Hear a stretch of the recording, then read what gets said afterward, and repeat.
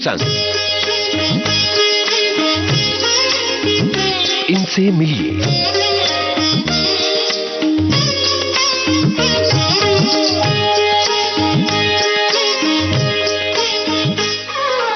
इनसे मिलिए इस कार्यक्रम में आइए आज सुनते हैं वृत्तचित्र निर्देशक मकरंद वाइकर और सीमंतिनी भागवत से यूनुस खान की बातचीत। आज सुनते हैं इस बातचीत का पहला भाग। दोस्तों नमस्कार, मैं हूं आपका दोस्त यूनुस खान और इनसे मिलिए कार्यक्रम में इस समय विविध भारती के स्टूडियो में हमारे दो मेहमान मौजूद हैं।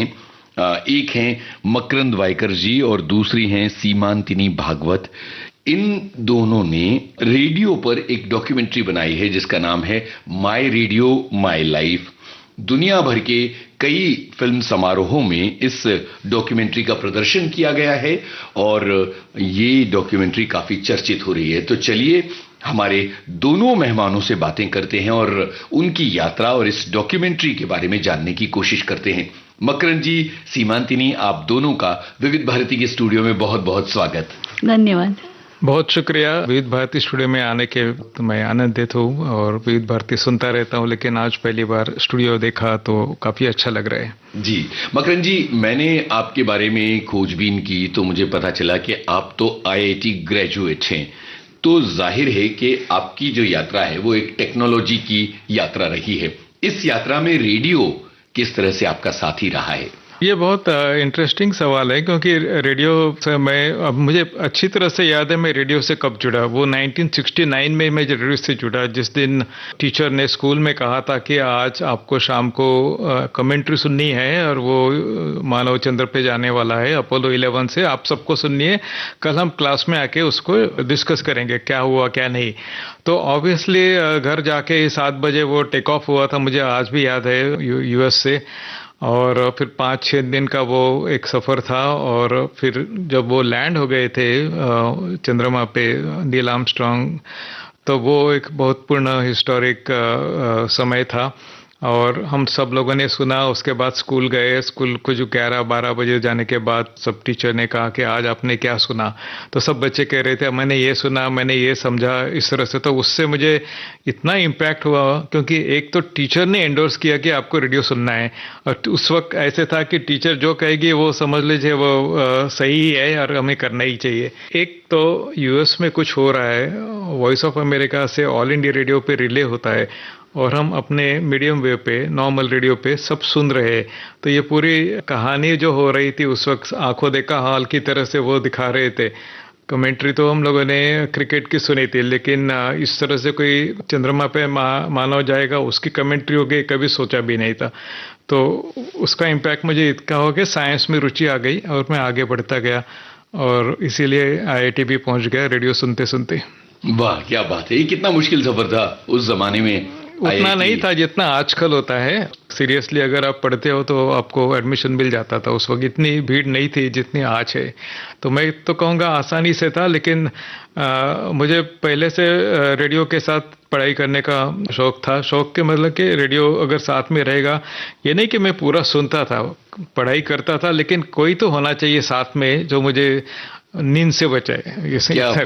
तो रेडियो चलता रहेगा, आवाज आती रही है, कुछ हो रहा है तो वो भी थोड़ा सुनता हूँ मैं भी, और पढ़ाई पे ज्यादा था तो ये सुनते सुनते मैंने पढ़ा। आज तक मैं हर काम के वक्त रेडियो सुनता ही रहता हूँ। क्या बात है। अब सीमांतिनी से पूछते हैं कि रेडियो से आपका जुड़ाव कब हुआ था, जरा याद करके बताइए। रेडियो से मेरा जुड़ाव इतना नहीं था, मतलब बचपन में गाने सुनते थे ज्यादा, बट मैं जब मतलब मेरे बचपन में टीवी भी था बट रेडियो भी था, दोनों थे, तो दोनों के साथ बड़ी हुई हूँ। बट अभी जैसा है ना कि ये रेडियो के डॉक्यूमेंट्री के बाद बहुत सारे ऐसी चीज़ें मुझे रेडियो के बारे में पता चली जो पहले नहीं थी।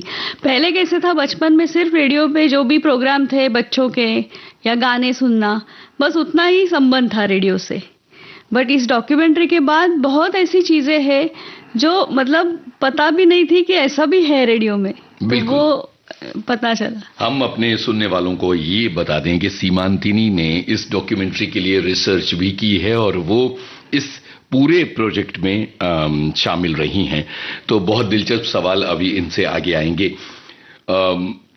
मैं मकरंद जी आपसे ये जानना चाहता हूं कि आईआईटी के बाद आगे आपने जीवन में क्या किया और फिर ये अचानक इस पड़ाव पे आके ये डॉक्यूमेंट्री बनाने की जरूरत क्यों महसूस हुई? हाँ, तो आईआईटी के बाद मैंने केमिकल इंजीनियरिंग की थी, तो केमिस्ट्री से लगाव पहले से ही था। तो केमिस्ट्री डेटाबेसेस बनाने का काम मैं कम से कम 20 साल से कर रहा हूँ। उसके पहले भी केमिकल इंडस्ट्री में ही था। तो ये सब जो पढ़ा वो उसका मैंने इस्तेमाल कर दिया। अब हो गए काफ़ी साल, 30 साल हो गए, 35 साल हो गए। तो उसके बीच में हम सब के लिए वो संकट आ गया कोविड-19 का, और सब घर में थे, वक्त भी ज़्यादा था, क्या करें। और तो फिर उस वक्त एक दिमाग में आ गया कि एक तो ज़िंदगी हो गई, अब दूसरी ज़िंदगी कर सकते हैं क्या इसी में। तो अगर वो कोविड-19 नहीं होता तो ये मन में सवाल नहीं आता, क्योंकि मेरे कुछ दोस्त थे वो अब नहीं है। तो अब क्या कहें, अब क्यों हुआ, क्या हुआ, कैसे हो गया, कुछ नहीं कह सकते, हो गया। और वो माहौल ही ऐसे था कि सब लोग सोच रहे थे अपनी ज़िंदगी के बारे में। तो मैंने सोचा कि कुछ और करते और वो चीज़ करते जिसके बारे में मुझे कुछ भी नहीं पता। तो फिर वो एक पूरे सीखने का जो एक मिलती है आपको एक कि आप सीख के उसमें एक्सपर्ट बन जाओ और फिर उस पर कुछ काम करो। तो वो मैंने सोचा कि डॉक्यूमेंट्री फिल्म बनाए। जिस वक्त मैंने सोचा मैं ये फिल्म बनाऊंगा, सिर्फ मैं फिल्म देखता था। पुणे में रहता हूँ, तो नेशनल फिल्म आर्काइव और एफटीआई बहुत ही पास में है मेरे, जहाँ मैं रहता हूँ। तो आना जाना रहता है। वहाँ डॉक्यूमेंट्री दिखाते, फिल्म दिखाते, फिर उन लोगों को दुनिया भर की फिल्म दिखाते और फिर उसके बाद चर्चा होती है, ये ऐसा हुआ, कैसे हुआ। तो वो जो चर्चा थी वो मुझे सबसे अच्छी लगती थी। फिल्म देखी और फिल्म कैसे बनाई, क्यों बनाई, ऐसा क्यों किया, वैसा क्यों किया, इतने सारे सवाल दिमाग में आते हैं। तो वो मुझे अच्छा लगा। तो एक खुद ही सीखना शुरू किया था। कुछ कोर्सेज किए मैंने प्रोफेशनल उनके साथ, ताकि कुछ बेसिक्स मुझे रहे। और आजकल इंटरनेट पे भी, उस वक्त तो पेंडेमिक में कोई कोर्स नहीं थे, जो भी थे वो ऑनलाइन कोर्स थे, तो वो भी मैंने कर दिए। उसके बाद सोचा कि ना, तैयार हूँ मैं डॉक्यूमेंट्री बना सकता हूँ। क्या बात है। तो इसके लिए रेडियो को ही क्यों चुना आपने? वैसे रेडियो पहले डॉक्यूमेंट्री का टॉपिक नहीं था। रेडियो चुनने का मतलब ये था कि एक तो चीज़ ये है कि हम उस चीज़ पे डॉक्यूमेंट्री बनाना चाहते हैं, और कि जो चीज़ अब नहीं है या जाने वाली है। रेडियो गया नहीं, मगर जो पुराना गोल्डन डेज जिसे हम कहते हैं, सुवर्ण युग रेडियो का, अब नहीं रहा।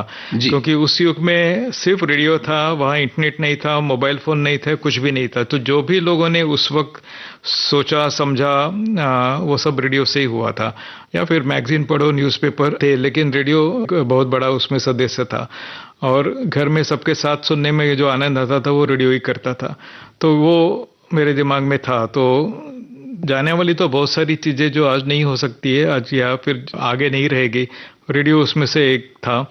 लेकिन गोल्डन डेज ऑफ रेडियो पे ये फिल्म बनाई है। मैं ये नहीं कहता कि रेडियो नहीं रहेगा, रेडियो तो और 100 साल रहेगा। 100 साल रेडियो के हो गए और 100 साल रह गए। लेकिन वो जो रेडियो और उसके सुनने वालों के बीच में एक जो नाता था, वो पहले जैसा शायद अब नहीं रहेगा। या फिर सुनने वाले सिर्फ रेडियो पे नहीं, उनके और भी तरीके से वो अपनी इंफॉर्मेशन, नॉलेज, एंटरटेनमेंट कर सकते। तो वो रेडियो पे पूरे डिपेंडेंट नहीं है। तो ये कम से कम होता जाएगा। इसका मतलब यही है कि रेडियो रहेगा, लेकिन उसका रूप शायद बदल जाएगा। वो रूप नहीं रहेगा जो गोल्डन डेज में था। तो उसको दिखाने के लिए आपने ये प्रिजर्व करना चाहता था, क्योंकि रेडियो शायद आप म्यूजियम में भी देख सकते हैं 50 साल बाद, लेकिन रेडियो के बारे में कहने वाले जिन्होंने वो दौर देखा था वो नहीं रहेंगे। तो इससे पहले कि वो लोग भी हमारे साथ नहीं रहेंगे, मैं सोचा कि एक फिल्म बना दे, डॉक्यूमेंट्री फिल्म, जिसमें ये सब आ जाएगा। तो यही एक इस सोचकर ये फिल्म बनाई। दोस्तों, हम आपको ये बताना चाहते हैं कि माय रेडियो माय लाइफ जो डॉक्यूमेंट्री है, उसमें जहां एक तरफ एक ऐसे व्यक्ति को दिखाया गया है जिनके पास तकरीबन 200 रेडियो सेट हैं जो बहुत एंटीक हैं और वो काम करते हैं।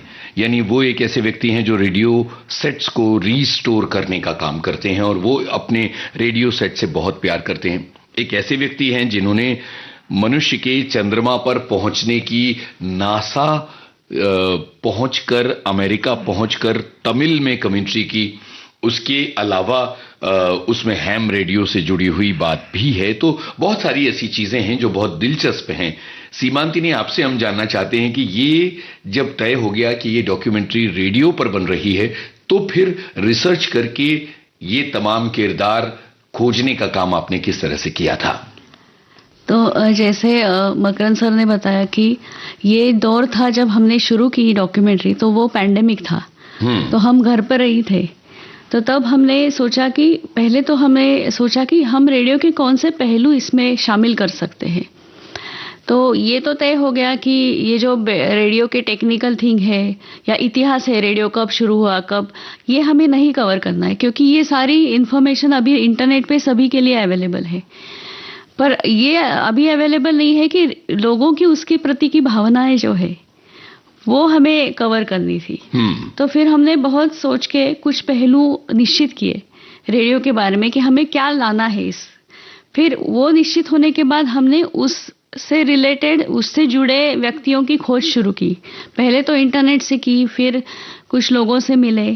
तकरीबन 20 से 25 लोगों को हमने इसमें चुना था। मतलब पहले जब हमने शुरू किया। वो किस किस दायरे के लोग थे? कुछ अनाउंसर्स थे, मतलब निवेदक थे, कुछ रेडियो रिपेयर करने वाले थे, हैम रेडियो जैसे। बट उसमें से हमने जो आपने फिल्म में देखे वो 6 व्यक्ति हैं, उनकी कहानियां हैं। तो वो हमने शॉर्टलिस्ट के उसमें 3-4 जो थे पहलू थे वो हमने देखे। एक तो रेडियो के प्रति उनकी जुनून, उनका जुनून, उनकी उनसे जुड़ी उनकी भावनाएं, बिल्कुल। फिर नॉस्टैल्जिया, उसके अलावा उनकी इच्छा, इस डॉक्यूमेंट्री में शामिल होने की उनकी इच्छा और उनकी उपलब्धता। जी जी, क्योंकि ये सब शूटिंग करना है इसलिए। तो ये सारा सब उनसे बात करने के बाद हमने निश्चित किया और ये 6 लोग हैं जिनकी कहानियां हमने बाद में दिखाई। कितना मुश्किल रहा होगा, जैसे आपने मिस्टर थम्बी को ढूंढा जिन्होंने तमिल में कमेंट्री की थी, अपोलो 11 की 1969 की बात है ये। दूसरी तरफ आपने एक हैम रेडियो ऑपरेटर महिला को ढूंढा। कितना मुश्किल था ये काम? सबसे मुश्किल था जो डॉक्टर नलाथम्बी है, जो जिन्होंने अपोलो 11 की कमेंट्री की थी, वो ढूंढना सबसे मुश्किल था बाकी सभी किरदारों से। क्योंकि कैसा था कि हमने जब अपोलो 11 शामिल करना ये तय किया तो हमने बहुत सारे इंटरनेट पे भी खोजा, बट जिन्होंने वो कमेंट्री की थी 1969 में वो सारे लोग यूएस में थे जी, और मतलब उनसे संपर्क भी करना मुश्किल था। फिर यहाँ पे किसी पत्रकार के थ्रू हमें पता चला कि यहाँ पे एक तमिल है जो इंडिया वापस आए थे, भारत वापस आए थे। तो फिर हमने बहुत मुश्किल से उनका नंबर मिला, किसी पत्रकार ने हमें दिया वो नंबर। फिर मैंने उनको बहुत दिनों से मैं उनको कॉल कर रही थी, बट वो मेरा फोन नहीं उठा रहे थे। अरे, क्योंकि आजकल कोई भी अजनबी किसी को कॉल करता है तो जनरली, और वो अभी 85 इयर्स ओल्ड, मतलब उतने, तो वो मुश्किल था उनके लिए। फिर एक बार गलती से उन्होंने फोन उठाया तो मैंने 1 मिनट में सारा उनको बयां कर दिया सब बता दिया कि ये डॉक्यूमेंट्री हम क्यों बनाना चाहते हैं, आपको क्यों लेना चाहते हैं, सारा रेडियो के बारे में हमारा क्या विचार है।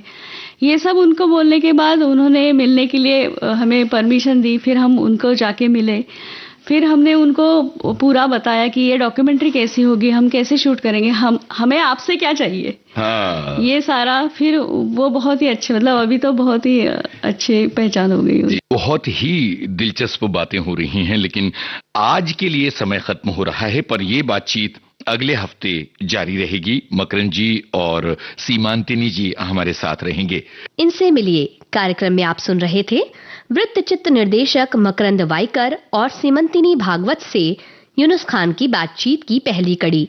तकनीकी सहयोग HR पाटले। विविध भारती के लिए इस कार्यक्रम की प्रस्तुतकर्ता अनुश्री पाठक। कार्यक्रम की अगली कड़ी सुनिए अगले हफ्ते आज ही के दिन। इनसे मिलिए